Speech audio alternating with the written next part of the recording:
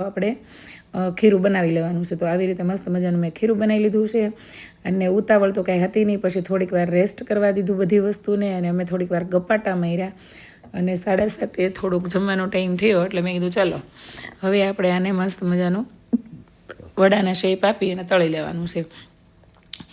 પણ ગોટા અમારી ઘરમાં વારંવાર બનતી વસ્તુ છે. મારા પતિને બહુ જ બટાકાવડા ભાવે છે. ભજીયા કરીએ તો હારે બટાકાવડા કરવાના જ, એટલે હું તો પહેલાં બટાકાવડા જ કરી નાખું, એટલે ભજીયાનું નામ જ ન લે. છતાંય તે લસણ ને ધાણાને બધું ઘણું બધું કટ કરી દીધું છે અને બીજે દિવસે એને ભજીયા ખાવા. બોલો, હજી આજ ગોટા નથી બન્યા ત્યાં ભજીયાનું પ્લાનિંગ અમારા ઘરે થઈ ગયું. આજ અમારી ગુજરાતી કાઠિયાવાડી ખાધોડકી પ્રજાની નિશાની છે. પછી કે જીમવાળાનું દવાખાનાનું બધાનું હેલા કરે. તો એક બાજુ મેં તેલ ગરમ કરવા મૂકી દીધું છે અને મસ્ત મજાના નહીં નાના નહીં મોટા એવા બોલ કરી લીધા છે, જે આપણે બટાકાનો મસાલો કરી લીધો હતો એના. અને હું મારે જેઠાણી અરે કેટલી વાતો કરે જાઉં છું, આખા ગામની પંચાયત કરી. કારણ કે આ મારા જેઠાણી મારા પતિના ફેવરિટ ભાભી છે. મારી સગાઈ થઈ ને ત્યારે મને ઇન્ટ્રો કરાવ્યો હતો, ચાલ હું તને એક મારા ફેવરિટ ભાભી અરે વાત કરાવું. આજે પણ એના એટલા જ મોસ્ટ ફેવરિટ ભાભી છે કે મારે ઘણા બધા જેઠાણી છે, પણ આ ભાભી કંઈક મહત્ત્વ વધારે જ છે મારા પતિની નજરમાં. અને ભાભી અમારી સાથે રહ્યા પણ એવી રીતે છે. તો બહુ વખાણ કરી લીધા, નકર અમારા ભાભી પાસે થોડાક ચણાને ઝાડવે ચડી જશે. હવે આપણે તેલ આવી ગયું છે તો એની અંદર જે બનાવેલા બોલ હતા એ એડ કરીને અને હું બેસનની અંદર બોળીને તળી લેવાની છું. તો જુઓ, તમે જોઈ શકો છો વડાપાવની અંદર આપણે ખાવાના છે લીંબુ ગોટા બનાવ્યા છે, એટલે મેં સાઈઝ થોડીક મોટી રાખી છે વડાની.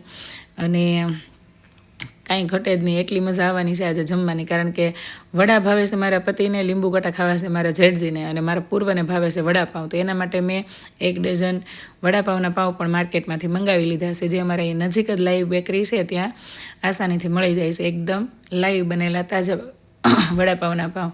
તો આવી રીતે મેં બધા ગોટા તળી લીધા છે. ચટણી મારા પતિ લઈ આવ્યા છે રેડીમેડ, જે અમારે અહીંયા સરસ મજાની મળે છે, સુદામા ચોક કંઈક લાવે છે કંઈક જગ્યાએથી સરસ ખજૂર આંબલીની.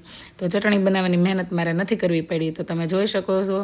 અને થોડીક આછી મને પેસ્ટ લાગી એટલે ગોટાને અમુક ચોટી ગયા છે નીચે, એટલે થોડાક ખુલ્લી ગયા છે, પણ કાંઈ વાંધો ન થાય, એવો સરસ મજાના તળાઈ ગયા છે. તો મેં એકદમ ગોલ્ડન કલરના તળી લીધા છે. પછી મેં બ્રેડની અંદર ચીરો પાડી અને એની અંદર થોડુંક બટર લગાવી દીધું છે, અને બટરની ઉપર જ મેં ગરમ વડું મૂક્યું છે, એટલે સરસ બટર બધું પીગળી જશે. મસાલો મેં કર્યો નથી અને વડાપાવને મેં શેકાઈ નથી, કારણ કે એકદમ લાઈવ સરસ મજાના તાજા પાઉં હતા, એટલે ના પાડી મને કે મમ્મી શેકતા નહીં, તમે એમને આપો.